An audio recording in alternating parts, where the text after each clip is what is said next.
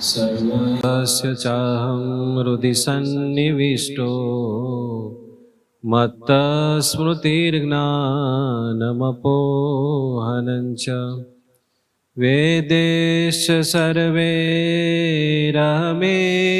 वेद्यो वेदान्तकृद्वेदविदेव चाहम् त्वं कालमायायमसंश्रुतिभ्यो महाभयात् पातु मे समर्थ भक्तापराधा ननवेक्षमाणो महादयालु किल भक्तवत्सल। ओम श्री पूर्ण पुरुषोत्तमाय नमो नमः। ओम श्री घनश्यामाय नमो नमः।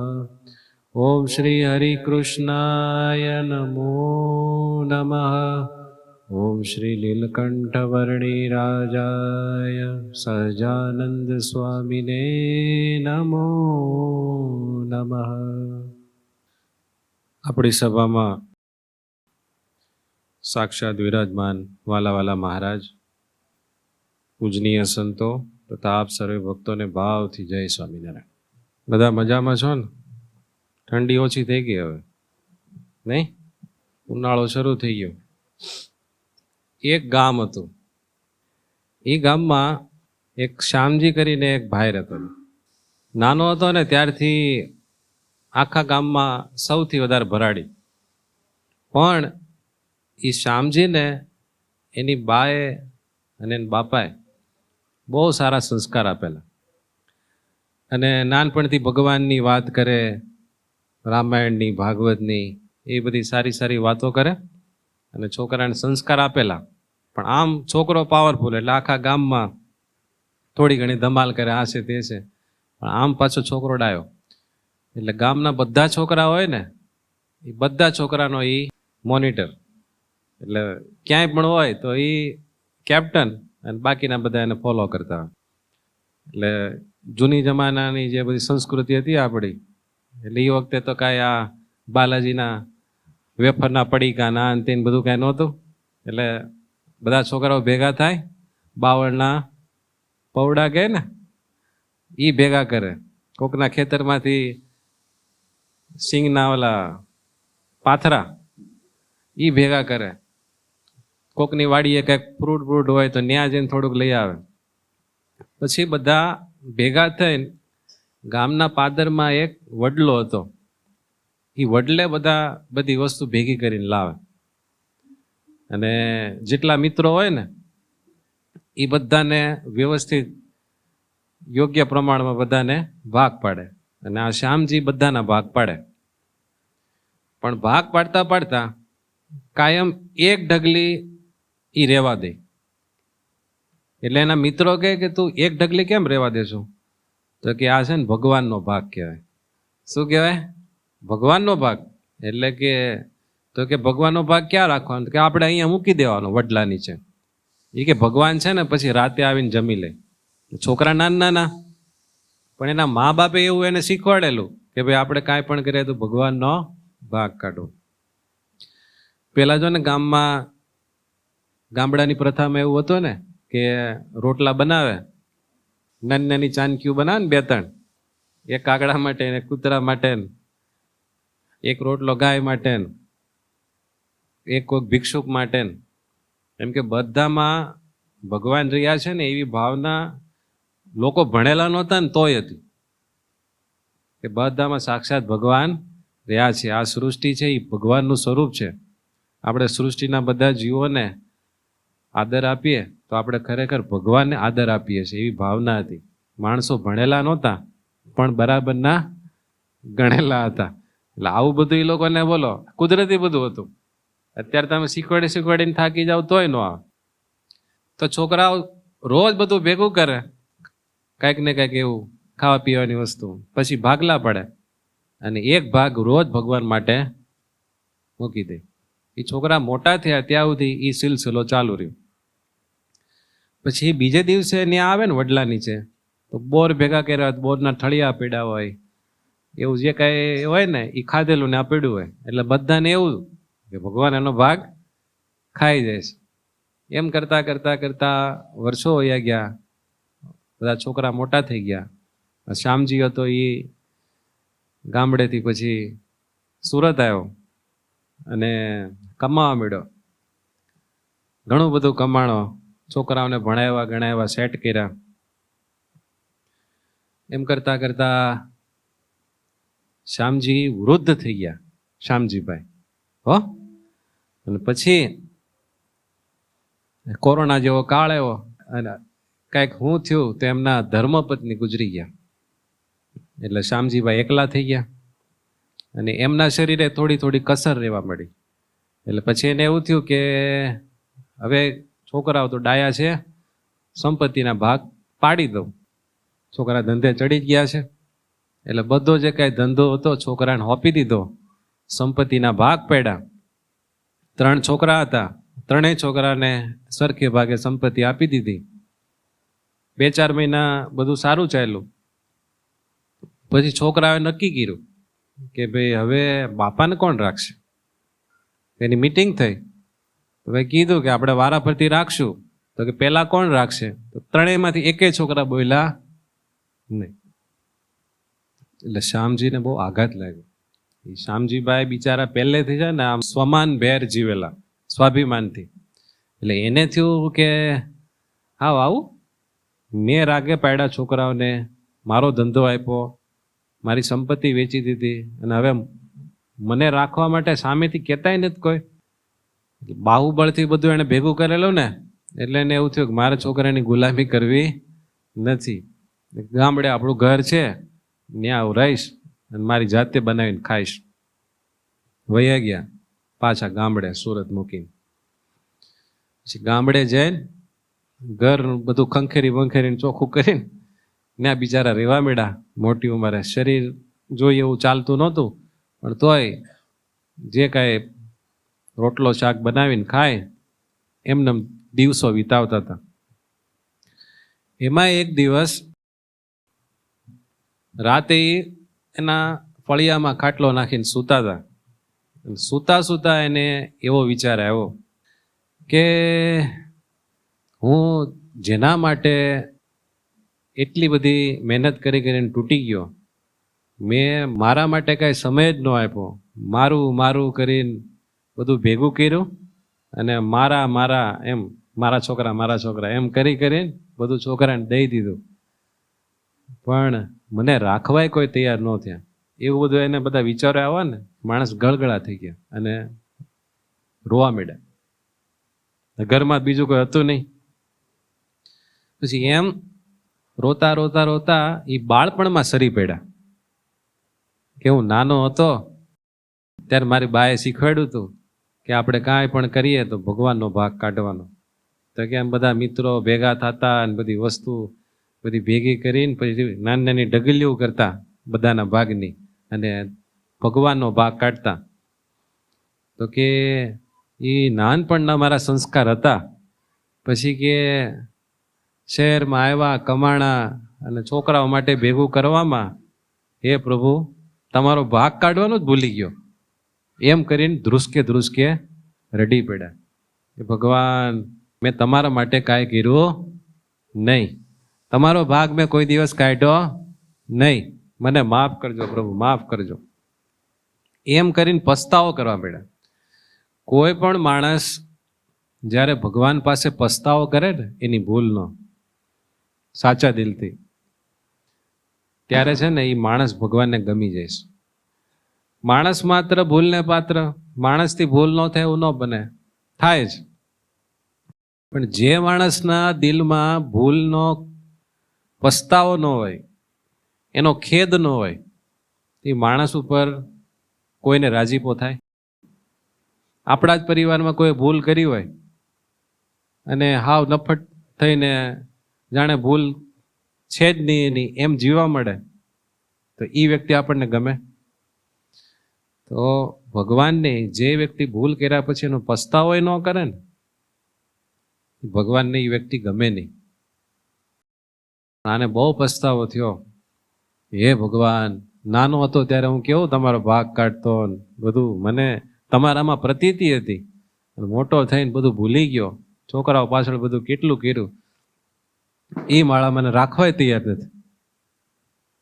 એમ બિચારા ગળગળા થઈને રોતા હતા. એમાં બારણું ખખડ્યું. એટલે આનેથી અત્યારે કોણ આવ્યું છે? બપોરનો સમય હતો, જાળવાની જે એનો ખાટલો હતો, અને આજે એણે કાંઈ જમવાનું બનાવેલું નહીં. એમને થોડુંક કળતર હતું શરીરમાં. એટલે એને એમ થયું કે સાંજે કાંઈક ખીચડી બીજડી બનાવીને ખાઈ લેશ. બારણું ખખડ્યું એટલે ઊભા ત્યાં ખાટલામાંથી, ડેલે જઈને ખોલ્યું, ખડકીમાંથી જોયું તો રઘો કોળી હતો. બિચારો લંગડો હતો. લંગડાતા હાથમાં થાળી લઈને આવેલો. એટલે આ શ્યામજી કીધું કે ભાઈ રઘા, તું અહીંયા ક્યાંથી? તો કે તમારા માટે લાવ્યો છું. તો કે શું લાવ્યો? લ્યો, એમ કરીને થાળી દીધી. થાળી ઉપર કપડું તો લીધું, તો ભાખરી, ભરેલા ભીંડાનું શાક અને અડદની દાળ, આથેલું મરચું અને એક વાટકી દહીં, આવું બધું લઈને આવેલો. કે લ્યો આ. એટલે આને થયું કે તું મારા માટે કેમ લાવ્યો? તો કે બસ તમે ભૂખ્યા છો ને, તમે જમી લો એમ. પછી એને ઘરમાં બોલાવ્યો, થાળી ઘરમાં મૂકી, પછી ખાટલે બેઠા બે. કે રઘા, આપણે નાના હતા ત્યારે જો ને બધા રમવા જતા, પણ તું પગે લૂલો હતો ને એટલે તને અમે કે હારે નહોતા રાખતા, પણ આજે તને આવી ભાવના કેમ થઈ? મારા માટે થાળી લાવ્યો? તો કે ઋણ ચૂકવવા. શેના માટે? એ કે ઋણ ચૂકવવા. તો કે શેનું ઋણ ચૂકવવા? એ કે તમને ખબર નથી, પણ તમારું ઋણ છે મારી માથે. કે શેનું? કે તમે બોર ને જમરૂખ ને બાવળના પૌડા ને આ તે બધું ભેગું કરતા ને પછી બધા ભાગ પાડતા ને, પછી એક ભગવાનનો ભાગ તમે નહોતા છોડતા. પછી બીજે દિવસે આવો તો એ ભાગ ખવાઈ ગયો હોય અને ખાલી ઠળિયા ને બધું પડ્યું હોય, ખાઈ જનારો હું હતો. કે એ વખતે મને કોઈ હારે રાખતું ને, હું ગરીબ માણા, એટલે આવું મને ક્યાંથી ખાવા મળે. પણ કે તમે જે ભગવાનનો ભાગ રાખતા ને, એ હું રાતે જઈને ખાઈ લેતો. ત્યારે મને બીક લાગતી કે હું ભગવાનનો ભાગ ખાઉં છું તો કયા ભવે એ બધું ચૂકવીશ. પણ આજે ગામના ચોરે બધા બેઠા હતા, એમાં તમારી વાત નીકળી અને બધા વાત કરતા હતા કે તમે સુરતથી અહીંયા આવ્યા પાછા ગામમાં, અને તમારા છોકરા કંઈ તમારું ધ્યાન દેતા નથી. એટલે બધા એવું કહેતા હતા કે તમે બહુ દુઃખી છો અને કે તમારે જાતે બનાવીને જમવું પડે છે. એટલે એ મેં સાંભળ્યું ને એટલે મને ઓલા બાળપણના દિવસો યાદ આવી ગયા કે હવે મારી ઋણ ચૂકવી દેવાનો સમય છે. એટલે પછી આજ મેં નક્કી કર્યું હતું સવારનું કે તમારા માટે મારે જમવાનું લઈને આવું છું. એટલે હું તમારા માટે લાવ્યો છું, તમે જમજો. હા, બધી જે આ વાત કરીને ત્યાં ઓલા શ્યામજીભાઈ બિચારા ગળગળા થઈ ગયા, આંખમાંથી પાણી આવી ગયું. અને સામે ઓલા રઘા કોળીને આંખમાં પાણી આવી ગયા. પછી શ્યામજીભાઈ એવું બોલ્યા કે બાળપણમાં અણસમજણમાં હે પ્રભુ, મેં તમારો ભાગ કાઢ્યો હતો, તમારા માટે બાળમતીમાં મેં ખાલી થોડુંક કરેલું, તો એનો બદલો તમે આ આપ્યો અત્યારે. પછી ઓલા રઘા કોળી એવું કીધું કે શ્યામજીભાઈ, હવે આજથી તમારે અહીંયા રસોડું નથી કરવાનું, હું રોજ મારા ઘરેથી તમારા માટે લાવીશ અને તમારે ના પાડવાની નથી. મારા છોકરા ડાયા છે, સુખી છે, જાજી ખેતી કરે છે, એટલે અમારે કંઈ તાણ નથી. એટલે તમારે તમે જીવો ત્યાં સુધી હું મારા ઘરેથી હવે ટિફિન આવશે અને તમે એમ જમજો. બે પછી રોતા રોતા બેયને ભેટી પડ્યા અને આ રીતે આખો પ્રસંગ બની ગયો. હવે આપણે સમજવાનું છે, ભગવાન માટે થોડુંક એવું કર્યું હોય, થોડુંક એવું, તોય ભગવાન એનું વળતર કેવું આપે છે ને. તો આપણે સમજી વિચારીને ભગવાન માટે કરીએ તેનું ફળ કેટલું મળે. ભગવાન માટે આપણે નાની એવી બાબત કરી હોય ને, એ ભગવાન કોઈ પણ વ્યક્તિ દ્વારા આપણી સુધી પહોંચાડે પહોંચાડે ને પહોંચાડે. એટલે જીવનમાં હંમેશા ભગવાનનો ભાગ રાખો. આપણે સરસ મજાનું મોટું મકાન લઈએ, નવો ફ્લેટ લઈએ, એમાં ભગવાનનો ભાગ રાખવાનો. સમજાણ? 3 BHK આપણે લીધો, સરસ, કેટલાય લાખનો ખર્ચો કર્યો, અને ભગવાનનું મંદિર આપણે રસોડું હોય ને ત્યાં રાખીએ. એટલે ભગવાનને રસોડામાં બધી વરાળ ને ગરમી આવે ને એ બધી રોજ ખાવાની. સમજાણ? પણ આપણે જો ભગવાનનો ભાગ રાખ્યો હોય, આપણે મકાન લઈએ ત્યારે નથી ભાગ પાડતા, આ મોટા દીકરાનો, આ નાના દીકરાનો, આ ડોહા ડોહીનો, એમ પછી ભગવાનનો ભાગ ન રાખવાનો હોય. પણ તમે જોજો, આપણા ઘરમાં નાનામાં નાનો ભાગ કોનો હોય? પછી આપણી જિંદગીનો જે સમય હોય ને એને ભાગ પાડો. આપણે જોઈએ તો આપણો સૌથી વધારે સમય પૈસા ભેગા કરવામાં અને સગા સંબંધીઓને સાચવવામાં, એને સુખી કરવામાં જિંદગીનો મોટા ભાગનો સમય આપણો વપરાઈ જાય. પણ ભગવાન માટે આપણે સમય કાઢી શકીએ નહીં. રવિવારે સભામાં આવવું હોય ને તોય માંડ હોય નહીં. સવારે પૂજા કરવી હોય ને તો એમ બીજા સોસાયટીના ગ્રાઉન્ડ ફ્લોરમાં બેઠા બધા ગપ્પા મારતા હોય. જેટલા ટાવરોમાં તમે જાઓ ને, નીચે બધા બેઠા જ હોય અને ગપ્પા મારતા હોય. કલાક બે, 2 કલાક બે, રાતના 12 વગાડે. બરાબર? તમે એને કહો ને કે ભાઈ થોડીક વાર છે ને તમારે સવારે જાગીને દીવાબત્તી કરવાના, 5 માળા કરવાની. આપણે પૂજાનું જ ન કહી તો હું કહીએ કે સવારે છે ને ટાઈમ જ ન હોય. રાતે કેટલો ટાઈમ પડી રહે? 12 વાગે ઉતાવે તો ખાલી 15-20 મિનિટ વહેલા હોઈ જાય તો ટાઈમ મળી રહે કે નહીં? પણ આપણી જિંદગીના સમયમાં ભગવાનનો ભાગ કાઢવાનો થાય ને એટલે તરત જ કેટલી બધી ગણતરી થાય. આમ કરીએ તો આમ થઈ જાય, તેમ થઈ જાય. ઘરમાં ભાગ કાઢવાનો, સમયમાં કાઢવાનો, સંપત્તિમાં ભાગ કાઢવાનો. શિક્ષાપત્રીમાં સ્વામિનારાયણ ભગવાને જે કીધું ને કે 10મો 20મો ભાગ કાઢો, એ સંપત્તિમાંથી ભાગ કાઢવાનો છે. એ સંપત્તિમાંથી આપણે ભગવાન માટે ભાગ કાઢીએ તો કંઈક આપણે ભગવાન માટે કર્યું કહેવાય. નકર તો કંઈ ભગવાન એમ માને નહીં કે આણે કંઈક મારા માટે વિશેષ કર્યું. માને? એમ સૌથી વધારે અગત્યની વાત છે, આપણને છે ને ઘણા બધા હારે પ્રેમ હોય, સ્નેહ સંબંધ હોય ને. પતિને પત્ની હારે, પત્નીને પતિ હારે, એ બેયને છોકરા હારે, મા બાપને એના દીકરા દીકરી હારે કેવો ઘાટો સંબંધ હોય. એને કંઈક દુઃખ આવે તો તરત આંખમાં જળજળી આવી જાય, ભગવાનને પ્રાર્થના કરવા મળે, કેટલાય પ્રયત્ન થવા મળે, થાય ને બધું. તો આપણે જ્યાં જ્યાં પ્રેમ કર્યો છે ને, જ્યાં જ્યાં મમતા કરી છે, એમાંય ભગવાનનો ભાગ કાઢવો પડે. ન કાઢવો પડે? આપણે જ્યાં જ્યાં પ્રેમ કર્યો છે ને એમાંય ભગવાનનો સરખો ભાગ કાઢવો પડે. એટલે એક વખત ગોપાળાન સ્વામી બધા ભક્તો પાસે બેઠા હતા અને બધી વાતચીત કરતા હતા. એમાં વાત કરતા કરતા ગોપાળાન સ્વામી બધી ઊંચી વાતો કરી. એટલે હરિભક્તો બધા મૂંઝાઈ ગયા કે સ્વામી આ બધું તો ક્યારે અમે કરી શકશું? કંઈક આમ શોર્ટકટ બતાવો ને, કે ભગવાનને પામવાનો, ભગવાનને રાજી કરવાનો આમ ટૂંકામાં ટૂંકો ઉપાય. આવું બધું તમે જે બધું કહો છો પ્રતિલોમ ધ્યાન ને આ બધું તો અમે કરીએ, અમારા ગ્રહસ્થોને તો કેટલું બધું હાર્ડ પડે. તો આમ ટૂંકો રસ્તો કંઈક બતાવો ને. પછી ગોપાલ સ્વામી કે તમને ટૂંકામાં ટૂંકો એક સોલ્યુશન આપું, કે એ તમે કરો એટલે તમે ભગવાનને પામી જાઓ. તો કે કયો ને સ્વામી? ગોપાલ સ્વામી કે તમારા દેહના સંબંધીમાં જેટલો પ્રેમ અને મમતા છે ને એનાથી એક દોરાવા વધારે ભગવાનમાં, ભગવાનના સંતોમાં કરવાનું. કેટલો? એક દોરાવા વધારે, જાજો નહીં.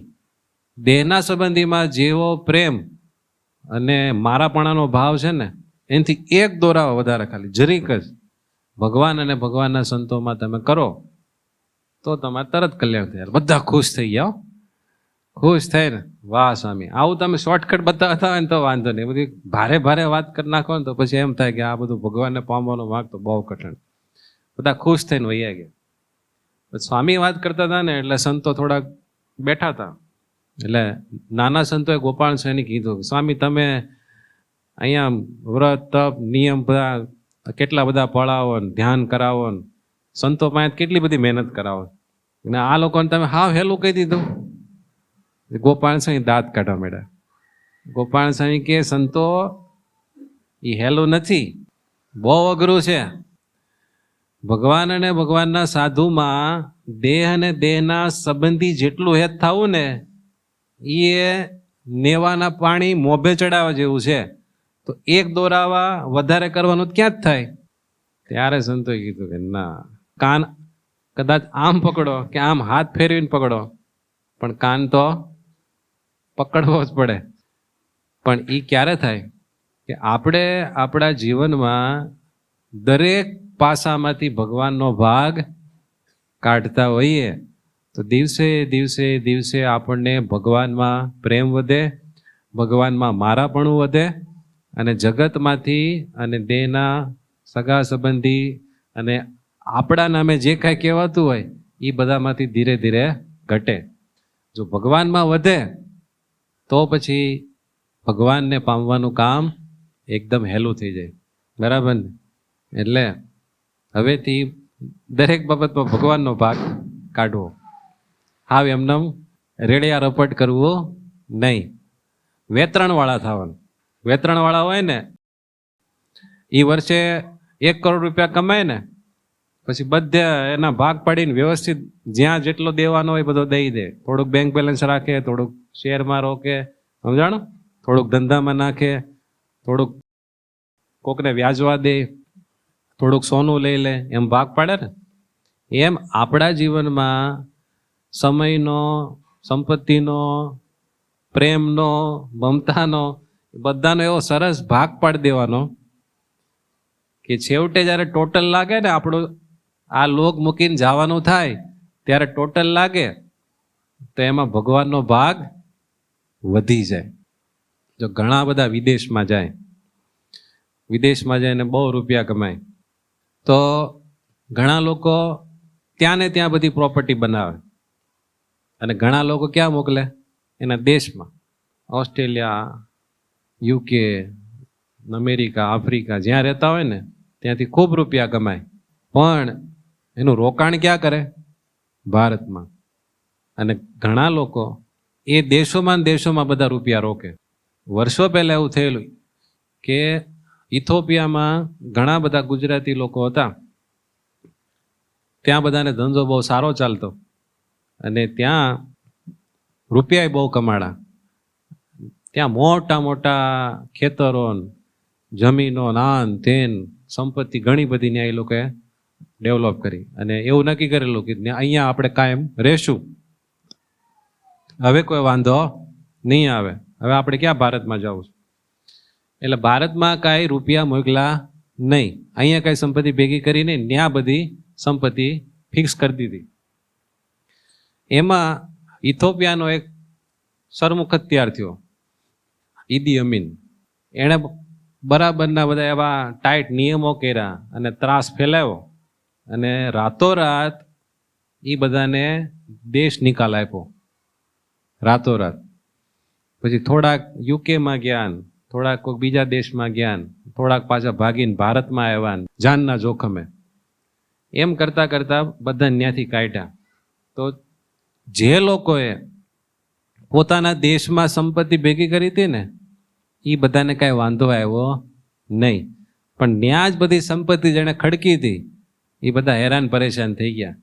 20-20, 25-25 વર્ષ, 30-30 વર્ષથી જે બધી મહેનત કરીને સંપત્તિ ભેગી કરી હતી ને એ ન્યા ઠઠી રહી અને હાથમાં કાંઈ આવ્યું નહીં. એમ ભગવાને છે ને આ લોકમાં આપણને કમાણી કરવા માટે મોકલ્યા છે. હવે આ છે ને આપણા માટે પરદેશ અને ભગવાનનું ધામ છે એ આપણો વાસ્તવિક દેશ છે. ત્યાં આપણે કાયમ માટે રહેવાનું છે, અહીંયા ટેમ્પરરી રહેવાનું છે. અહીંયા જેટલી કમાણી આપણે કરીએ એ અહીંયા ને અહીંયા જો આપણે બધી ફિક્સ કરી દઈએ પણ ભગવાનના ધામમાં ભેગું થાય એવું કાંઈ ન જ કરીએ તો પછી આ શરીર મૂકીને તો જવાનું છે. જે આ શરીર મૂકીને જ્યારે જવાનું થાય ને ત્યારે જેણે અહીંયા જ ભેગું કર્યું હોય ને એને ભારોભાર પસ્તાવો થાય, અને જેને ઉપર બધું ભેગું કરી લીધું હોય એને એમ થાય કે હાશ આપણે બધું સેફ છે, કોઈ ચિંતા નહીં, પહેરે લુગડે નીકળી જવાનું. એમ જેણે ભગવાન માટે કાંઈ ન કર્યું હોય એને અંતકાળે બહુ મોટો પસ્તાવો થાય કે હે એટલું બધું કર્યું, આ લોકમાં આમ તેમ બધું થયું, પણ ભગવાન માટે કાંઈ થઈ શક્યું નહીં. એટલે ગુણાતીતાનંદ સ્વામી કહેતા કે જીવને પળવારમાં જ્યાંથી ઉચાળા ભરવાના છે એના માટે રાત દિવસ ઉધામાં થાય છે, પણ જ્યાં કાયમ ઠરીને ઠામ થવાનું છે, ઠેઠનું આપણે કરવાનું છે, એના માટે જીવને સમય મળતો નથી. ભાગવત જેવા સદગ્રંથોમાં જે ભગવાન માટે કાંઈ ન કરી શકે ને, પોતાના આત્મકલ્યાણ માટે જે કાંઈ ન કરી શકે, એ બધા જીવોને આત્મહત્યારા કીધા છે. શું કામ? કે એણે પોતાના આત્મા માટે કાંઈ ન કર્યું અને આખો મનુષ્યનો જન્મારો એમનેમ ખોઈ નાખ્યો. એટલે આપણે આ સત્સંગના યોગમાં છીએ, આપણને સંતો સાથે હેત છે, તો આપણે એ ભૂલ ન થાય એવું ખાસ ધ્યાન રાખવું જોઈએ. જિંદગી આપણને ખબર રહે હાવ પૂરી થવા આવી, જે મોટી ઉંમરના થઈ ગયા, જિંદગીનો સમય કેમ પૂરો થાય છે ખબર પડે છે?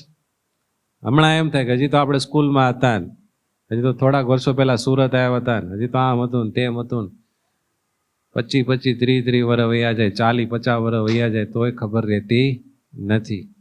અને એમનેમ આ શરીર મૂકીને આપણે વયું જવાનું થાય. પણ ડાયો માણસ એ કહેવાય કે જ્યાં સુધી આ શરીરમાં શ્વાસ ચાલે છે ત્યાં સુધી ભગવાનના ભજનનું બેલેન્સ કરી લે. પોતાની સંપત્તિ વાપરીને, પોતાનું શરીર વાપરીને, પોતા પાસે જે કાંઈ હોય એ બધાનો ઉપયોગ કરીને ભગવાનનો રાજીપો લઈ લે. કેમ કે આપણે ભગવાનને રાજી કર્યા હોય અને ભગવાનનું જેટલું ભજન કર્યું હોય, જેટલો ભગવાનમાં પ્રેમ કર્યો હોય, જેટલા ભગવાનને પોતાના માન્યા હોય એટલું જ આપણી સાથે આવે. બાકીનું બધું અહીંયા ને અહીંયા પડ્યું રહે. પછી આપણે જે ભેગું કર્યું હોય ને એ વાંહે જે હોય પછી તાકડથી ના કરે, એમાંથી આપણને કાંઈ ફળ મળે નહીં. હાથે તે સાથે, બાકી એવી કોઈ આશા રાખવી નહીં કે છોકરાને એટલી બધી સંપત્તિ દઈને જાય છે તો આપણી પાછળ વાપરશે. તમે કોઈને જોયા એવા કે કરોડો રૂપિયા દઈને ગયા હોય, એના બાપ પાછળ કરોડ રૂપિયા વાપર્યા હોય, પછી ગણતરી કરે ને બાપા ગયા આપણે આપણું કરવું પડે. કોઈનું નથી રે, કોઈનું નથી રે, અલ્યા નાહક ના મરો બધા મથી રે, કોઈનું નથી રે. ભગવાન આપણા છે, ભગવાનનો ભાગ કાઢવાનો. હવે એક ભક્તનું આખ્યાન આપણે લેવાનું છે, એટલે આપણે પ્રાસંગિક વાતો કરી. બહુ સરસ આખ્યાન છે, આમાંથી ઘણું બધું આપણે શીખવા જેવું છે. તમે માંગરોળનું નામ સાંભળ્યું? સૌરાષ્ટ્રની દક્ષિણ બાજુએ સમુદ્ર કિનારા પરનું ગામ આ માંગરોળ, એમાં એક ભક્ત થઈ ગયા બહુ સારા, આણંદજી સંઘેડિયા. એનું આખ્યાન આપણે સાંભળવાનું છે. એ આણંદજી સંઘેડિયા ભગવાન સ્વામિનારાયણના ગુરુ રામાનંદ સ્વામીના એ શિષ્ય હતા. શ્રીજી મહારાજ હજી વન વિચરણ કરતા કરતા લોજ આવ્યા ને, એ પહેલાના એ રામાનંદ સ્વામીના શિષ્ય. આમ ગણો ને તો ભગવાન સ્વામિનારાયણના ગુરુભાઈ થાય. તો એમને સ્વામિનારાયણ ભગવાનનો નિશ્ચય કઈ રીતે થયો એ પહેલા આપણે જોઈએ. ભગવાન સ્વામિનારાયણ છપૈયામાં જન્મ લીધો, પછી અયોધ્યા આવ્યા અને ત્યાંથી વન વિચરણની વાટ લીધી. વન વિચરણ કરીને ફરતા ફરતા ફરતા ગુજરાતમાં લોજ આવ્યા. લોજમાં ઠરીને ઠામ થયા, રામાનંદ સ્વામીને મળ્યા અને પછી રામાનંદ સ્વામીએ એમને દીક્ષા આપી. સહજાનંદ સ્વામી અને નારાયણ મુનિ એવા બે નામ પાડ્યા અને પોતાની ધર્મધુરા સહજાનંદ સ્વામી એટલે કે ભગવાન સ્વામિનારાયણને સોંપી. અને પછી રામાનંદ સ્વામીને એવું થયું કે હું તો ડુગડુગી વગાડનારો હતો અને ખેલના ભજવનારા તો આ સહજાનંદ સ્વામી છે, હવે એમનું અહીંયા આગમન થઈ ગયું એટલે હવે મારે અહીંયા રહેવાની જરૂર નથી. એટલે રામાનંદ સ્વામીએ દેહોત્સર્ગ કર્યો અને પોતે ધામમાં ગયા. ત્યાર પછી સ્વામિનારાયણ ભગવાન રામાનંદ સ્વામીની ગાદી ઉપર એટલે કે ઉદ્ધવ સંપ્રદાયની ગાદી ઉપર પદારૂઢ થયા અને પછી બધી સત્સંગની બધી પ્રવૃત્તિમાં જોડાણા. એ વખતે શ્રીજી મહારાજ સોરઠમાં વિચરણ કરતા હતા. તો શ્રીજી મહારાજ કાલવાણીમાં હતા અને ત્યાં પ્રબોધિનીનો ઉત્સવ કર્યો. ત્યારે મુક્તાનંદ સ્વામી ભુજમાં હતા અને ભુજમાં મયારામ ભટ્ટે મુક્તાનંદ સ્વામીની કાન ભંભેરણી કરી. એટલે મુક્તાનંદ સ્વામીને સંશય થયો કે સહજાનંદ સ્વામી આવું કેમ કરે છે. એટલે એમને જે સંશય થયો હતો એ સ્વામિનારાયણ ભગવાને રામાનંદ સ્વામી દ્વારા દર્શન આપીને પૂરો કર્યો.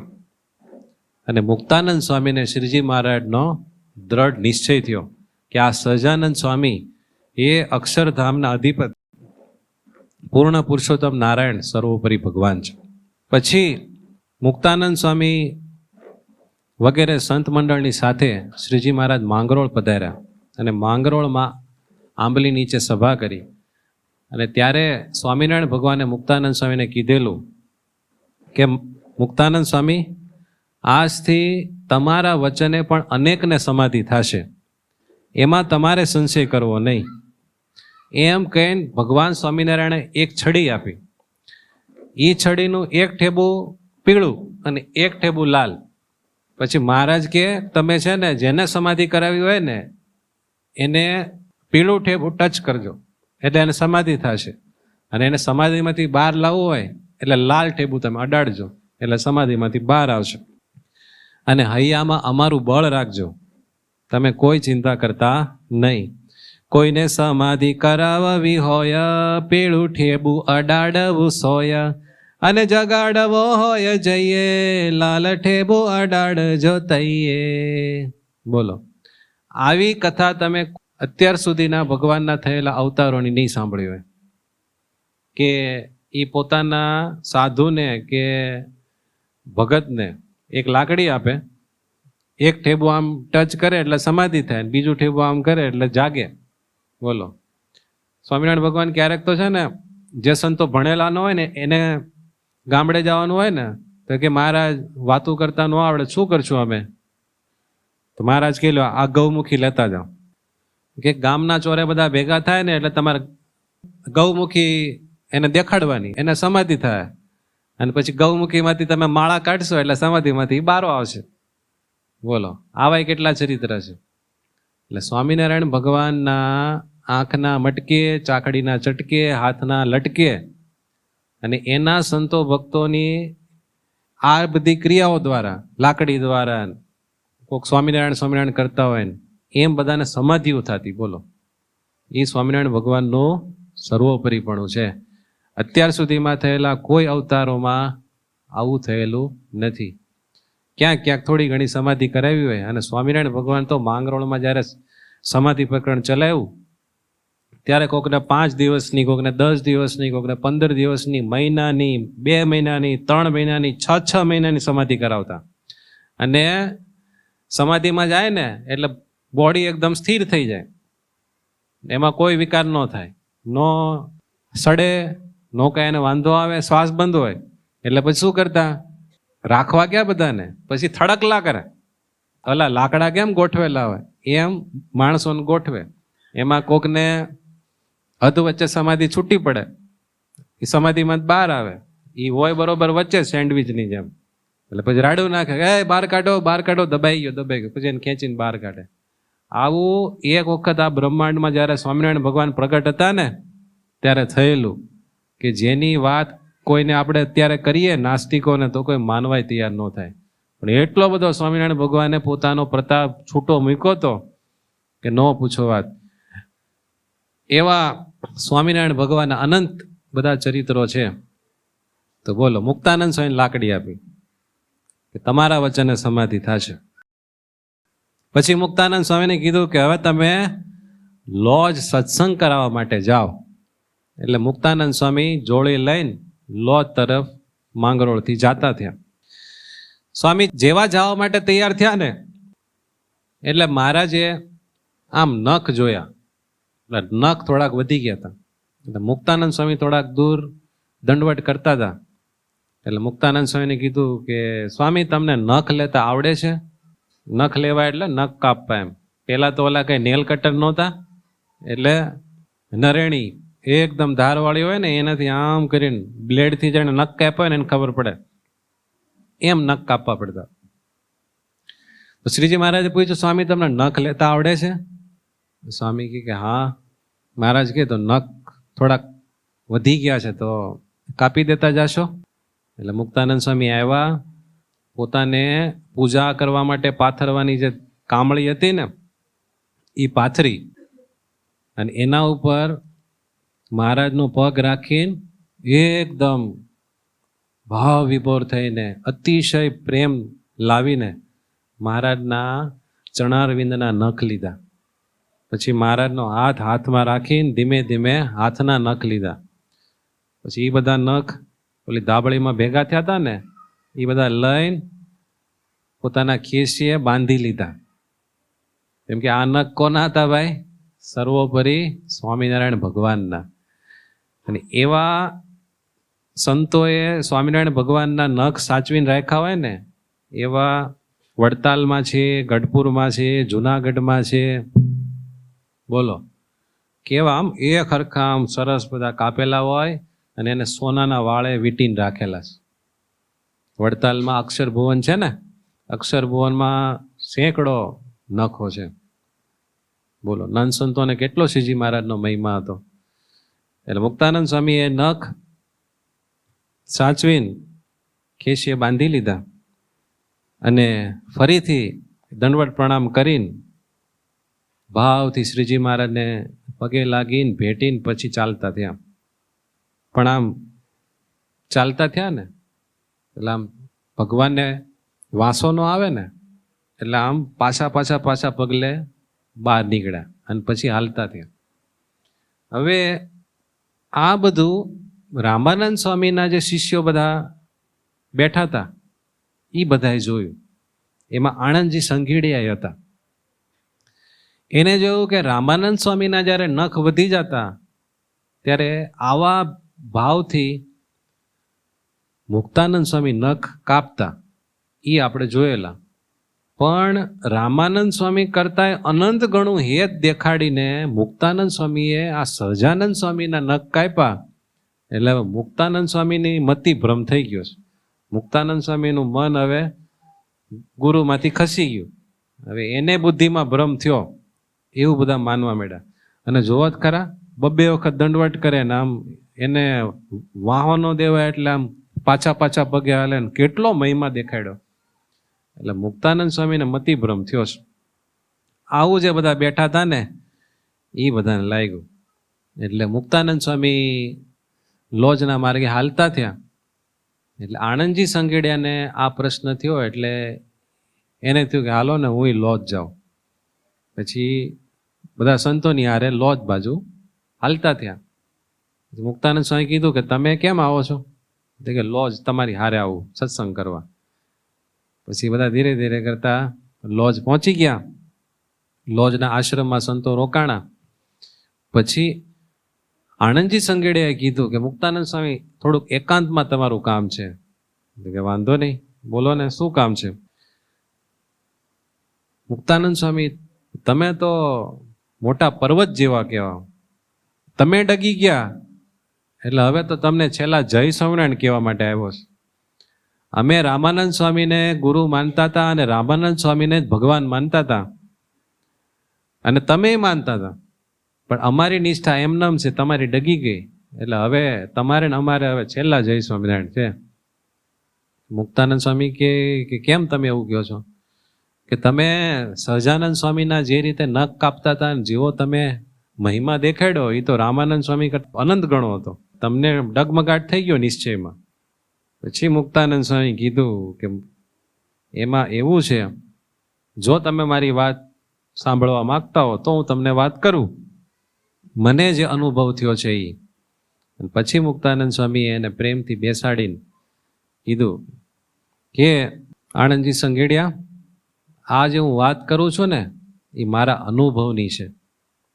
રામાનંદ સ્વામીએ જ્યારે દેહ મેલ્યો ત્યારે એમની ઉત્તર ક્રિયા કર્યા પછી શ્રીજી મહારાજે મને કીધું તમે ભુજ જાઓ. એટલે હું ભુજ ગયો હતો. અને હું જ્યારે ભુજ ગયો ત્યારે સ્વામિનારાયણ ભગવાને અહીંયા સમાધિ પ્રકરણ ચલાવ્યું અને અનંત જીવોને સમાધિ કરાવતા, પશુ પક્ષી મુસલમાનોને બધાને જે જીવ સ્વામિનારાયણ ભગવાનના કોન્ટેક્ટમાં હોય એ બધાને સમાધિ થતી હતી. એ તમે બધું જોયેલું ને કે હા. તો એ વખતે મયારામ ભટ્ટ શ્રીજી મહારાજ પાસે આવ્યા અને એણે કીધું તમે બધાને સમાધિ કરાવો છો ને તો મારે સમાધિ જોવીશ. મયારામ ભટ્ટને સમાધિ જોવાની તાલાવેલી થઈ. ભગવાનને કીધું તો ભગવાને કીધું બેસો ધ્યાનમાં અને સ્વામિનારાયણ સ્વામિનારાયણ ભજન કરો એટલે તમને સમાધિ થશે. મયારામ ભટ્ટ બેઠા, ધ્યાન કરવા બેઠા અને સ્વામિનારાયણ સ્વામિનારાયણ જેવું ભજન કર્યું. ભગવાનની ઈચ્છાથી નાડી પ્રાણ ખેંચાણા.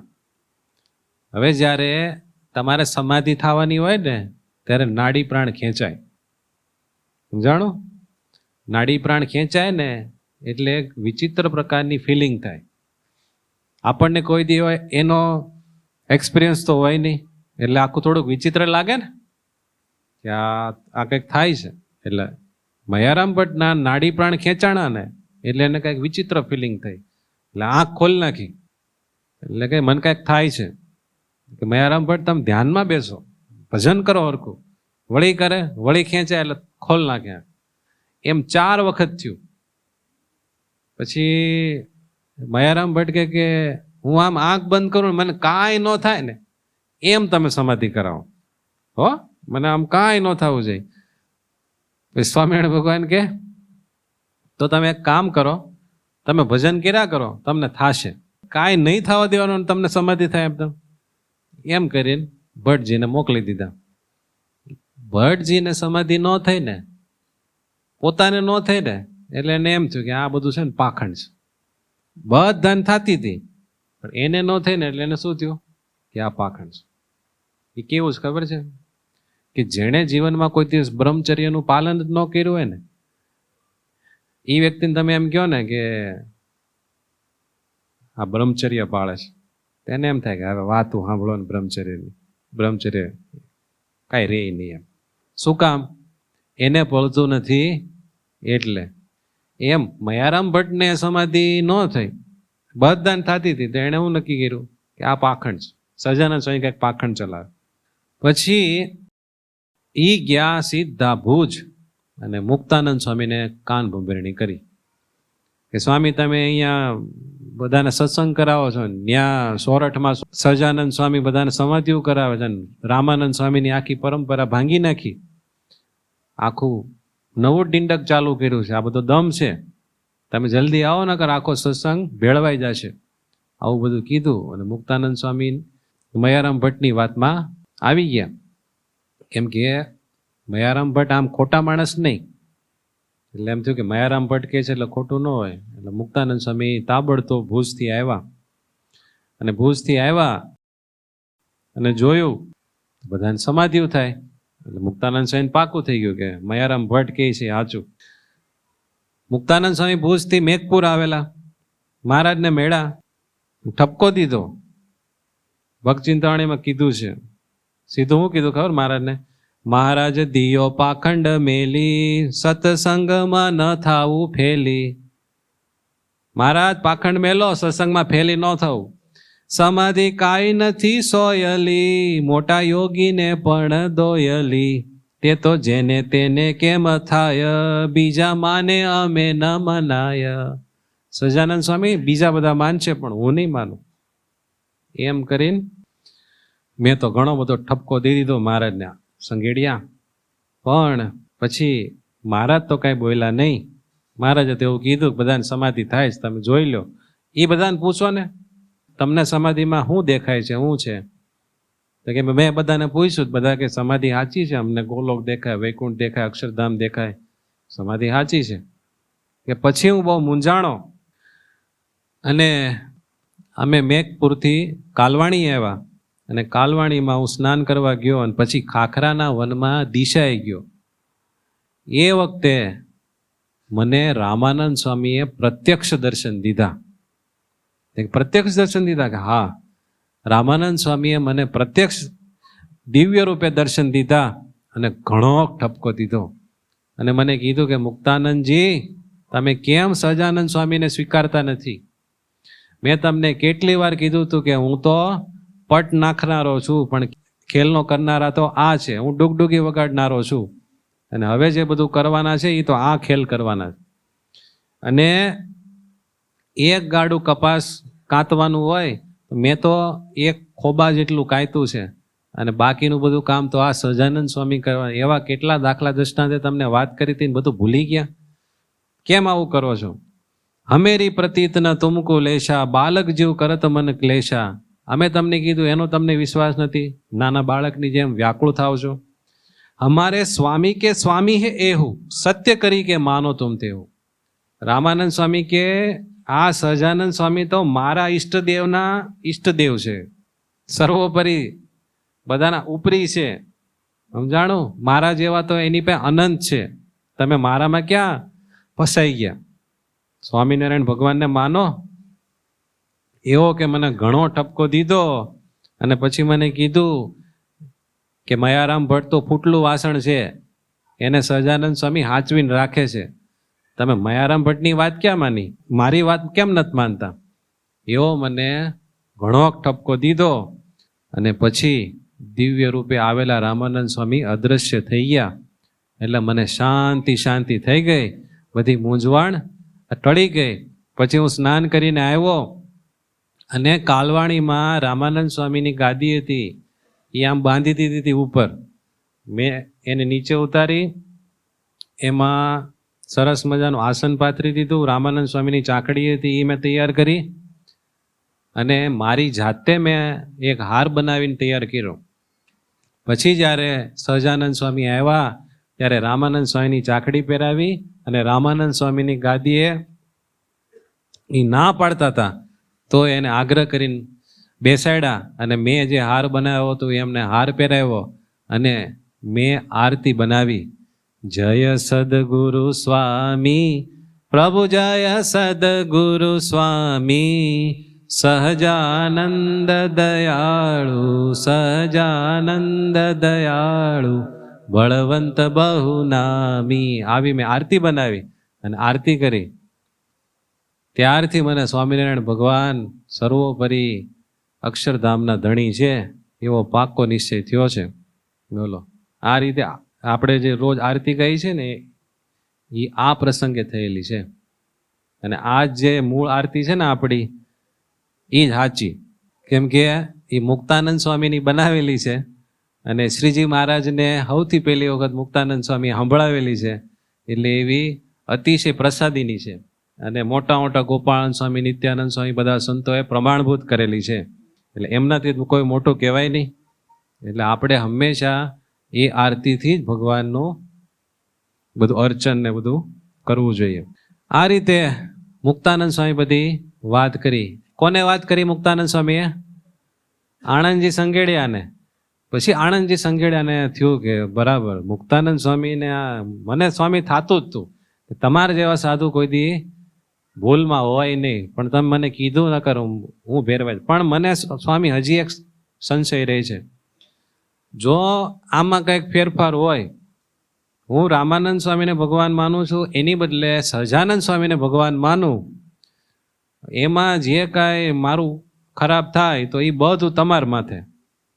મુક્તાનંદ સ્વામી કે જો સહજાનંદ સ્વામી સર્વોપરી ભગવાન ન હોય તો આખા બ્રહ્માંડને ભાંગ્યાનું પાપ મારી માથે. હવે તમારે કઈ ચિંતા છે? કે નહીં સ્વામી. અને પછી બરોબરનો નિશ્ચય લાગ્યો. કોને? આણંદજી સંઘેડિયાને. અને પછી શ્રીજી મહારાજને મળ્યા અને દંડવત પ્રણામ કરીને પછી મહારાજની માફી માંગી કે હે પ્રભુ, તમે સમાધિ દેખાડતા હતા તોય તમારો નિશ્ચય થતો નહોતો, પણ તમારો નિશ્ચય તો તમારા સાધુ કરાવે.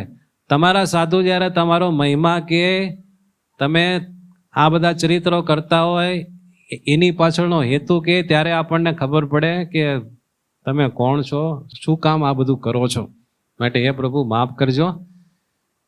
ભગવાનની માફી માગી અને ભગવાનના પાકા ભગત થયા. પછી હવે જ્યારે એમને બરોબરનો નિશ્ચય લાગ્યો ને, અને સ્વામિનારાયણ ભગવાન મનુષ્ય આકારે આ પૃથ્વી પર જ્યારે વિચરતા હતા ત્યારે એમાં એને ભગવત બુદ્ધિ થઈ અને બરોબરના પ્રગટ ભગવાનનું ધ્યાન કરીને મજબૂત ભગત થઈ ગયા. પછી ભગવાનને એકવાર થયું કે આમ પાયો તો બરાબર નાખેલો છે, પણ આમ થોડોક આમ હલાવી જોઈએ તો ખબર પડે કેટલોક મજબૂત છે.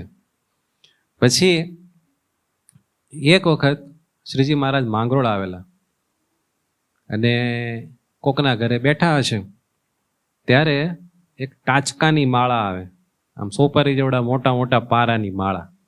તો મોટી જબર માળા હતી, એમ ગોઠણ સુધી આવે ને લાંબી એવી.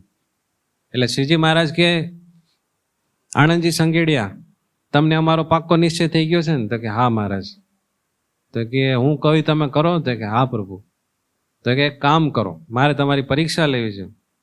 તમે આ ટાચકાની માળા મોટા મોટા પારાવાળી ગળામાં પહેરીને આખા માંગરોળમાં તમે આટો મારીને આવો. એટલે સંગેડિયા તો એ માળા પહેરીને પછી નીકળ્યા અને જે હોય પૂછ્યો કે આ તમે શું પહેર્યું છે, આ તમે શું પહેરો છો? પણ ક્યાંય મૂંઝાણા નહીં. આખા ગામમાં ફરીને આવ્યા, બધાએ ઠેકડી મશ્કરી કરીને બધું બોલ્યા, પણ કોઈ વસ્તુ ધ્યાનમાં ધરી નહીં. આખા ગામમાં ફરીને મહારાજ પાસે આવ્યા. મહારાજને કીધું કે મહારાજ આખા ગામમાં ફરી આવ્યો. પ્રભુ ખુશ થઈ ગયા કે તમે મારી પરીક્ષામાં પાસ થઈ ગયા હો, તમને શરમ ન આવી? કે ના પ્રભુ, તમે કે એમાં શું શરમ આવે? આપણને કીધું હોય તો, આપણે આ સંતોની માળા કીધી હોય ને તોય આપણને શરમ આવે. આ માળા છે ને તમારે આમ શર્ટની બહાર રાખીને ફરવાનું છે. કાલ તમે બજારમાં જાઓ ને ત્યારે આમ જવાનું.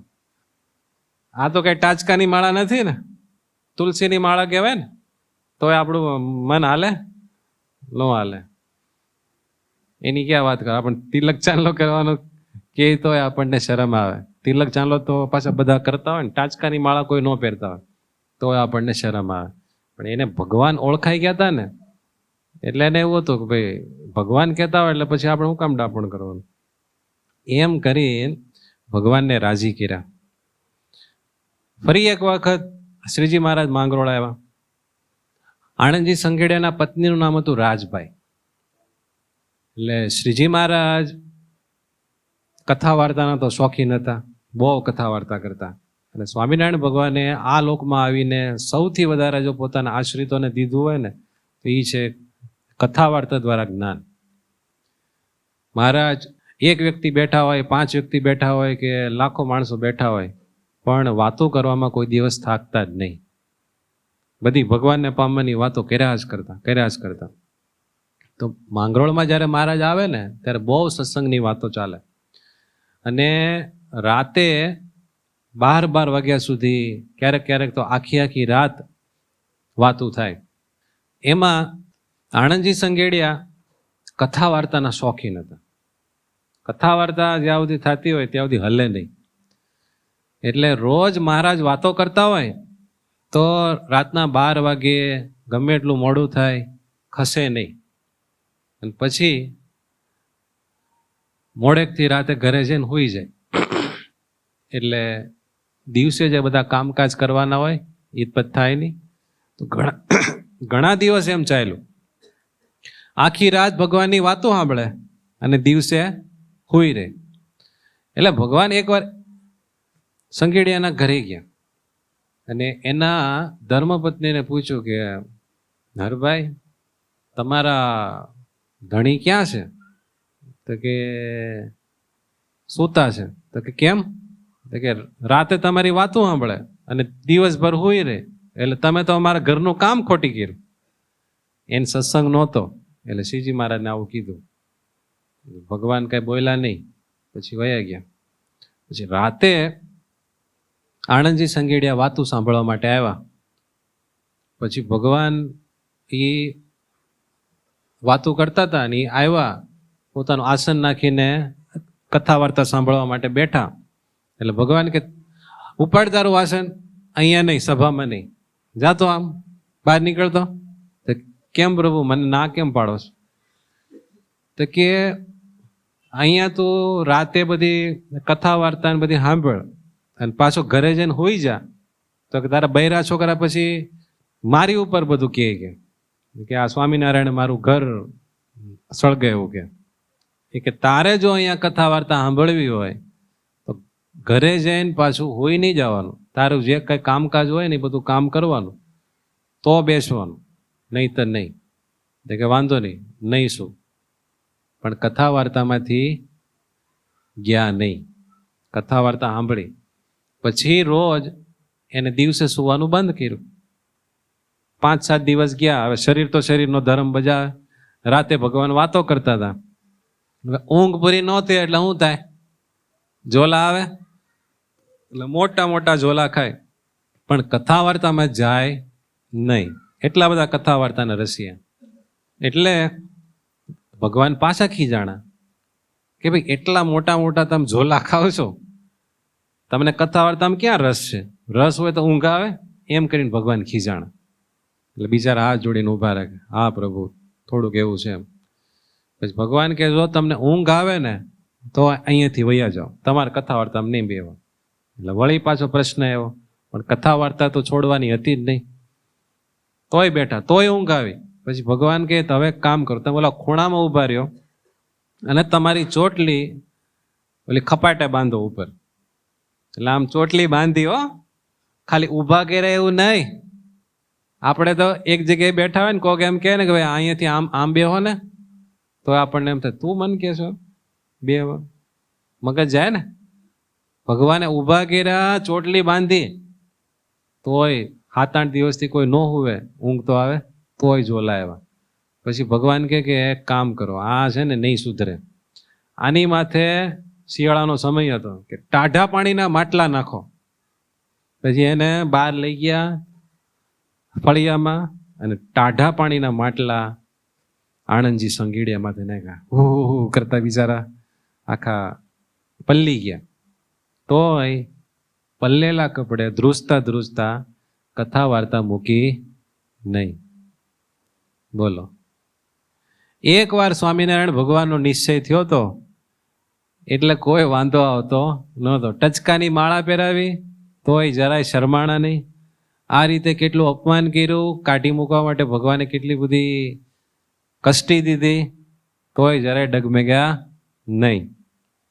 સ્વામિનારાયણ ભગવાને વચનાવતમાં કીધું છે, જો એક તમને ખાલી ટુકડો વાંચીને સંભળાવું. વચનાવત અંત્ય પ્રકરણનું 24મું. શ્રીજી મહારાજે કૃપા કરીને એમ વાર્તા કરી છે, મુમુક્ષુને ઉત્કૃષ્ટ ગુણની પ્રાપ્તિ થાય તેનું કારણ શું છે? કોઈ પણ ભગવાનની ઈચ્છાવાળો, ભગવાનને પામવાની ઈચ્છાવાળો જીવ હોય એને એવું હોય ને કે મારામાં સારા સારા ગુણ આવે. બધાને ગુણ ગમે ને, ગુણ ગમે અને દુર્ગુણ ન ગમે. અને બધાને એવું હોય કે મારામાં સારા સારા ગુણ આવે અને કામ ક્રોધાદિક જે બધા દોષ છે એ મારામાંથી જાય. એની વાત છે. ઉત્કૃષ્ટ ગુણની પ્રાપ્તિ થાય તેનું કારણ શું છે? સારા સારા ગુણો આપણામાં આવે એનું શું કારણ? તો ભગવાનની કથા વાર્તા સાંભળવામાં જેને જેટલી પ્રીતિ તેને તેટલો જગતનો અભાવ થાય તથા કામ ક્રોધ લોભાદિક દોષનો નાશ થાય. અને જો કથા વાર્તામાં જેને આળસ હોય તેની કોરની એમ અટકળ કરવી છે, એમાં મોટા ગુણ નહીં આવે. અને શાસ્ત્રમાં 9 પ્રકારની ભક્તિ કહી છે, તેમાં શ્રવણ ભક્તિને પ્રથમ ગણી છે. માટે જો શ્રવણ ભક્તિ જેને હોય તો પ્રેમ લક્ષણા પર્યંત સર્વે ભક્તિના અંગ તેને પ્રાપ્ત થાય છે. એટલે કથા વાર્તાનું અંગ જેનામાં હોય ને એ વ્યક્તિના સ્વભાવ સુધરે. એ વ્યક્તિમાં કાંઈક દૂષણ હોય ને એ ધીરે ધીરે દૂર થાય, કાંઈક વ્યસન હોય એ ધીરે ધીરે છૂટે. શું કામ?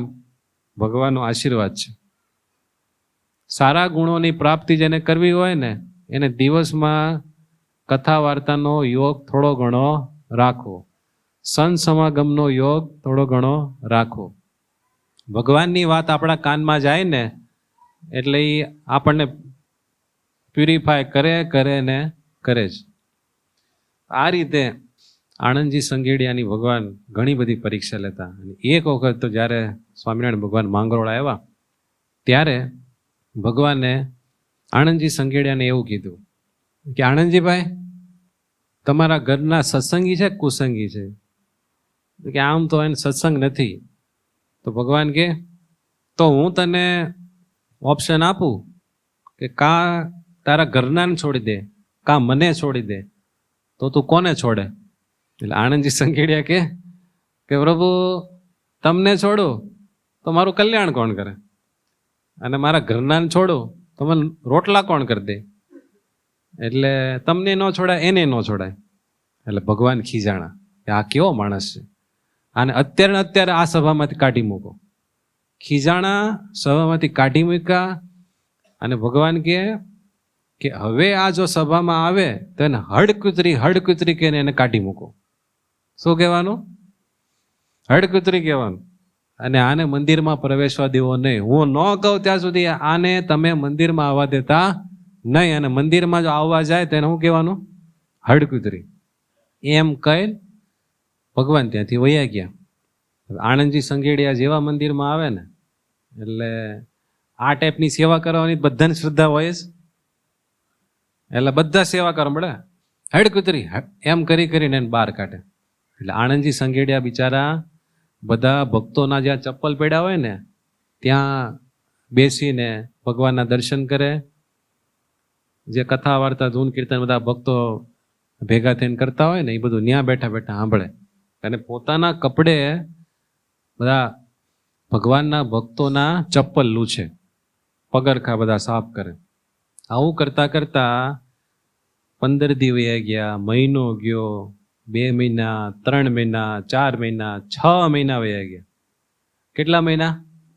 6 મહિના પછી મહારાજ વિચરણ કરતા કરતા ત્યાં આવ્યા ને, એમાં આણંદજી સંઘેડિયાને ખબર પડી કે મહારાજ આવ્યા. એટલે એ બિચારા આવ્યા. એટલે જેવા મંદિરમાં આવ્યા એટલે બધા શું કરવા માંડ્યા? હડકુતરી. એટલે ભગવાને પાછા છે ને એમ કે આ તમે કોને કહો છો? બધી હળી કોણે કરી હોય? ભગવાને જ કરી હોય. તો પાછા કે આ તમે કોને કહો છો? તો કે આણંદજી સંઘેડિયાને. તો કેમ? ભગવાનના ભગતને આમ કહેવાય? તમે જ કીધું જ પ્રભુ કે એ મંદિરમાં એને ન તમે આવવા દેતા, અને જો મંદિરમાં આવે તો એને હડકુતરી કહેવું. એમ પ્રભુ કે તમે કેટલા મહિનાથી આવું કરો? કે 6 મહિનાથી. તો કે વાંધો નહીં, હવે કે એવું કાંઈ કરવાનો નહીં. પ્રેમથી બોલાવ્યા, એને ભેટા, પછી માથે હાથ મૂકીને એવું કીધું કે તમને 6 મહિના અમે આવી આકરી કસોટી તમારી કરી તોય તમને અમારો અભાવ આવ્યો નહીં. અમારા ભગવાનપણાનો નિશ્ચય તમારે ડગમેગો નહીં. તમે મૂંઝાણાય નહીં, પાછાય ન પડ્યા. માટે હું તમારી ઉપર બહુ રાજી થયો છું. અને તમને એવું કદાચ થતું હશે, બધા ભક્તોને કીધું કે તમે આના ઉપર એટલા રાજી છો તો કેમ આવું કર્યું હતું? તો કે આને કૂતરાનો અવતાર આવે ને એવું આનું પ્રારબ્ધ હતું, પણ મારે પ્રારબ્ધ બાળવું હતું. એટલે આ રીતે 6 મહિનાની કસોટી કરી અને એને કૂતરાનો જન્મ હવે નહીં આવે. સમજાણો? આપણે બધા કે તમે બધા હડકુતરી કહીને એનું પાપ બાળી નાખ. એટલે આ ટાઈપની કોઈ સેવા કરવાની થાય ને તેમાં અગ્રેસર ન થવાય. સમજાઈ ગયો ને? કદાચ કોઈ કીધું હોય ને તોય આપણે જાળવા જવાય. ભગવાનના ભગત તો બહુ મોટા હોય. એમ આણંદજી સંઘેડિયા ભગવાનની હર પરીક્ષામાં પાસ થયા અને એને કોઈ પ્રકારે તકલીફ પડી નહીં. પછી ભગવાનને એમ થયું કે મારો ભગત એટલું બધું મારું રાખે છે, હવે મારે મારા ભગતને છે ને આ લોકમાં કોઈ તકલીફ નથી રહેવા દેવી અને બધી રીતે સુખીઓ કરી દેવા. એમાં એક વખત મહારાજ ફરી વખત માંગરોળ આવેલા અને મહારાજ સભા કરીને બેઠા હતા. એમાં આણંદજી સંઘેડિયા એનો બધો સામાન પેક કરીને આવ્યા અને મહારાજને દંડવટ કરીને પગે લાગીને કહે કે પ્રભુ, અહીંયા મારે છે ને ઘરમાં પૂરું નથી થતું, કામ ધંધો કાંઈ છે નહીં અને માંડ મહિનો પૂરો થાય છે, ખાવાનું નથી થતું, એટલે છે ને મુંબઈ જાઉં છું, આશીર્વાદ આપો, તમારું ભજન થાય અને જેના માટે જાઉં છું એ થાય. એમ પછી ભગવાન કહે કે આણંદજી સંઘેડિયા, આજ સવારે અમે સ્નાન કરવા ગયા હતા ને ત્યારે અમને સરસ મજાના બૂટ પહેરેલો અને સફેદ કપડાં પહેરેલો એક ભાઈ મળ્યો હતો. પછી મેં એ ભાઈને પૂછ્યું, તું કોણ છો? તો એ કહે કે આણંદજી સંગીડિયાનું પ્રારબ્ધ છું. મેં કીધું તું ક્યાં જાશો? તો એણે મને એવું કીધું કે મુંબઈ જાઉં. કે ભાઈ કેમ મુંબઈ? તો કે આણંદજી સંગીડિયા છે ને મુંબઈ જવાના. તો કે એના પ્રારબ્ધમાં છે ને ખોરી ઝાડ ને કોયદરો છે, એટલે મુંબઈમાં તો એ મળે નહીં, એટલે ન્યા જઈને એના માટે ખોરી ઝાડ ને કોયદરાની વ્યવસ્થા કરવા જાઉં છું. આવું મને તમારા પ્રારબ્ધે કીધું છે. એટલે આણંદજી સંગીડે કે પ્રભુ તમારા હાથમાં બધું છે, સર્વ કરતા હર્તા તમે છો, અકર્તું મન્યથા કરતું સમર્થ તમે છો, તો તમે કયો એમ કરું. પછી ભગવાન કે તમે છે ને મુંબઈ જવાનું રહેવા દો, અહીંયા ને રહ્યો, અહીંયા તમે સુખી થશો. કે વાંધો નહીં પ્રભુ, જેમ તમે કહો એમ મારે કરવાનું, મારે મારા મનનું ધાર્યું નથી કરવાનું. તો પ્રભુ કહે કે તમે અહીંયા રહ્યો, બધા હારાવાના થશે. પછી પોટલું નાખ્યું હેઠું, પાછા કથા વાર્તા સાંભળવા બેઠા. પછી કથા વાર્તાનો લાભ લઈને પછી પાછા મહારાજને પગે લાગવા આવ્યા ને ત્યારે ભગવાને બેહાડ્યા કે આણંદજી સંગીડા તમને આમ શું આવડે, આમ તમારી પાસે કોઈ સ્કિલ ખરી? તો કે હા પ્રભુ, મને છે ને હિંડોળા ખાટ બનાવતા આવડે. હિંડોળા ખાટ હું એવી સરસ બનાવું અને પછી એમાં એવી કળ મૂકું કે તમે એ ચાવી દો ને એટલે એને મેળે મેળે ફેરા કરે. એટલે એ જમાનામાં કોકને આવું ફાવતું હોય, સારું કહેવાય ને. પછી ભગવાન કે એક કામ કરો, હવે હું તમને જે કહું ને એ તમારે આંખ મીચીને કરવાનું, એમાં બુદ્ધિ વાપરવાની નહીં. તો વાંધો નહીં, તમે કયો એમ પ્રભુ. તમે એક હિંડોળા ખાટ બનાવો સારામાં સારી, અને તમે જે કીધું ને ઓલી કળ ને ચાવી વાળું ને એવું બધું, એમાં બધી ગોઠવણ કરો. વાંધો નહીં. પછી હિંડોળા ખાટ બનાવી અને એવી મસ્ત બનાવી, એને તમે ચાવી આપો ને એટલે એને મેળે મેળે ફેરા કરે. એ જમાનામાં આવું કોકને બનાવતા જ્યારે ફાવતું હોય, યંત્ર કે મશીન કે એવું કંઈ હતું નહીં, એટલે બહુ સરસ લાગ્યું. એટલે મહારાજ કે હવે આ હિંડોળા ખાટને તમે રાજા પાસે લઈ જાઓ. એ વખતે વજરુદ્દીન કરીને માંગરોળનો નવાબ હતો, તો કે તમે રાજા પાસે લઈ જાઓ. રાજા પાસે લઈ ગયા અને ભેટ ધરી. એટલે રાજા કે આ કોણે બનાવીશ? તો કે જહાંપના મેં બનાવીશ. તો કે આની શું કિંમત લેવાના? કે ના, મારે વેચવી નથી, તમે તો રાજા તો ભગવાનનું સ્વરૂપ કહેવાય, એટલે તમને હું ભેટ આપવા માટે લાવ્યો. પછી એને ચાવી ચડાવીને ચેક કર્યું, મસ્ત ચાલતો હતો એ હિંડોળો. એ તો બહુ ખુશ થઈ ગયો કે મારા રાજ્યમાં તમારા જેવા કારીગરો છે, મને આજ ખબર પડી ગઈ. બોલો બોલો, તમારે શું જોઈએ છે? પણ શ્રીજી મહારાજ આને કહી રાખેલું કે તમે જ્યારે રાજા પાસે જાઓ અને ખુશ થાય ને તો તમારે એમ કહેવાનું કે મારે રહેવાની જગ્યા નથી ને, તો મને રહેવા માટે ઓરસ ચોરસ 100 હાથ જમીન આપજો. કઈ જગ્યાએ હું તને પછી કહીશ, ખાલી તું એટલું માગી લેજો. એટલે જેવું રાજાએ કીધું ને કે તું માગ, લાગે કે બીજું મારે કાંઈ જોતું નથી, મારે રહેવાનો આશરો નથી, તો મને ઓરસ ચોરસ 100 હાથ જમીન આપો. એટલે સીધો હુકમ થઈ ગયો રાજાનો. એટલે રાજાએ કીધું એના માણસને કે આને આપણા ગામમાં જ્યાં એને જમીન જોતી હોય ને ઓરસ ચોરસ 100 હાથ એને જમીન આપો. એટલે આણંદજી દોડ શ્રીજી મહારાજ પાસે આવ્યો કે મહારાજ તમે કીધું એમ થઈ ગયો, હવે મારે ક્યાં જમીન લેવાની? એટલે શ્રીજી મહારાજ એને કીધું કે આ જગ્યાએ છે ને આ ટુકડો આપણે લેવાનો. એટલે એણે ઓલા રાજાના માણસને કીધું કે ભાઈ આ જમીન આપી દીધી, નિશાન કરી દીધું. પછી શ્રીજી મહારાજે કીધું હવે તાબડતોબ એની ફેન્સિંગ કરી લ્યો. હા, એટલે બોર્ડર મારી દીધી. પછી ભગવાને કીધું હવે રાતે તમે પાયો. કે બરોબર, રાતે હું કામ, દિવસે ખોદી ને? કે નહીં, રાતે પાયો ખોદવાનો. પછી રાતે પાયો ખોદ્યો ને તો એમાંથી ધન નીકળ્યું. ઓલી મોટો ઘડો નીકળ્યો તાંબાનો, ને એમાં જોયું ઘણા બધા રૂપિયા હતા. પાછા દોડમ દોડ ભગવાન પાસે લાવ્યો. ભગવાન આ નીકળ્યું, શું કરું? શ્રીજી મહારાજ કે તમારા ઘરે જૂની તાંબડી છે? કે હા છે. કે લેતા આવો. જૂની તાંબડી લાવ્યા કે આમાંથી 500 રૂપિયા કાઢો. 500 રૂપિયા કાઢીને તાંબડીમાં નાખ્યા. અને પાછી ધૂળ બૂળ થોડીક લગાડી દીધી કે બાકીના રૂપિયા છે ને તમારે ઘરે લઈ જાઓ.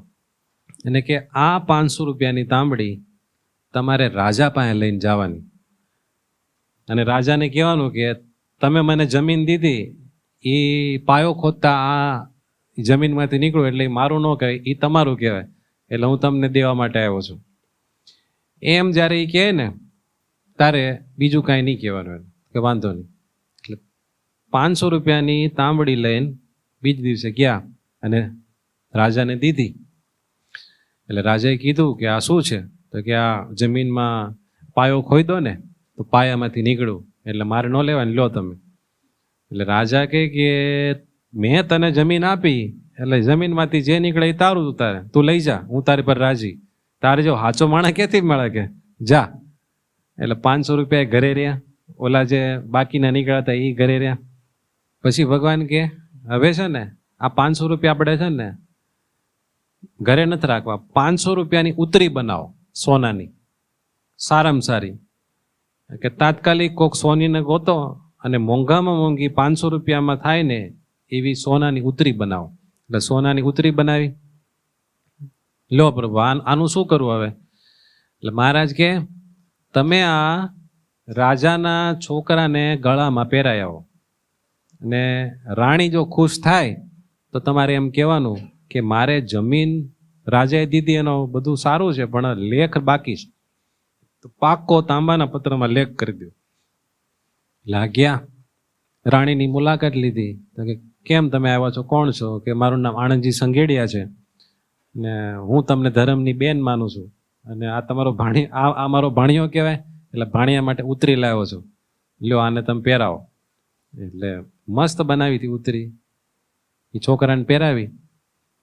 કે તમે મારા ભાઈ કેવો, મારા જોગું કાંઈ કામ હોય તો કહેજો.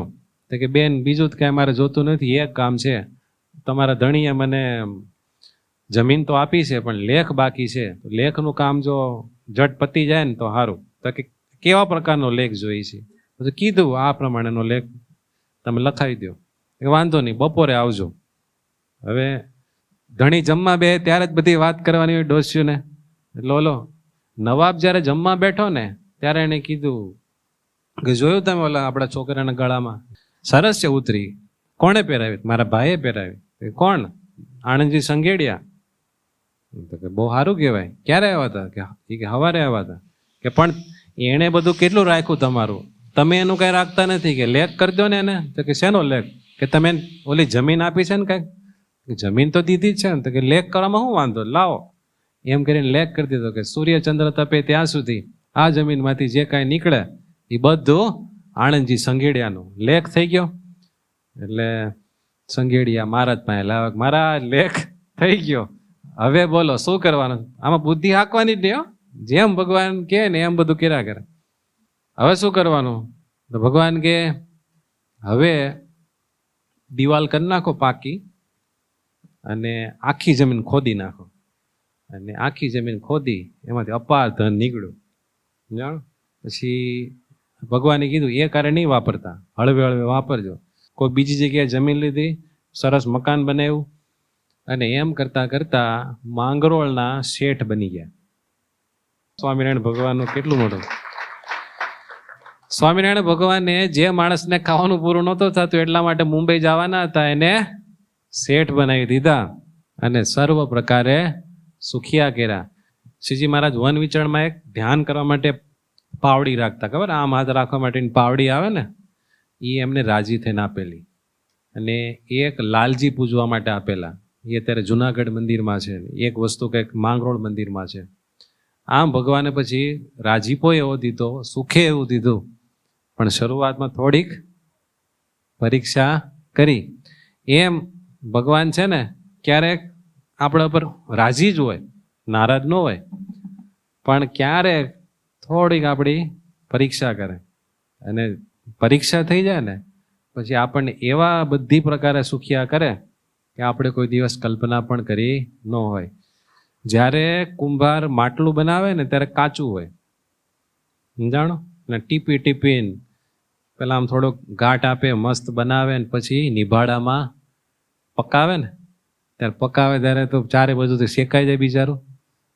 શેકાઈ જાય, પછી એનામાં ઠંડુ પાણી થાય અને એ ઠંડુ પાણી આપણે ભગવાનને ધરાવી. પણ જો નિભાડામાં પાકે જ નહીં, એ કોઈ દી કામ લાગે?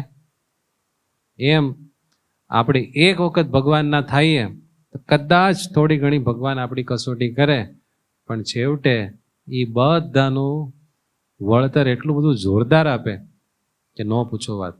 કાળ કર્મને માયાને વશ થઈને, આપણા પ્રારબ્ધને વશ થઈને, કર્મને વશ થઈને આપણે ગમે એટલું ભોગવીએ ને એનું કોઈ ફળ ન મળે.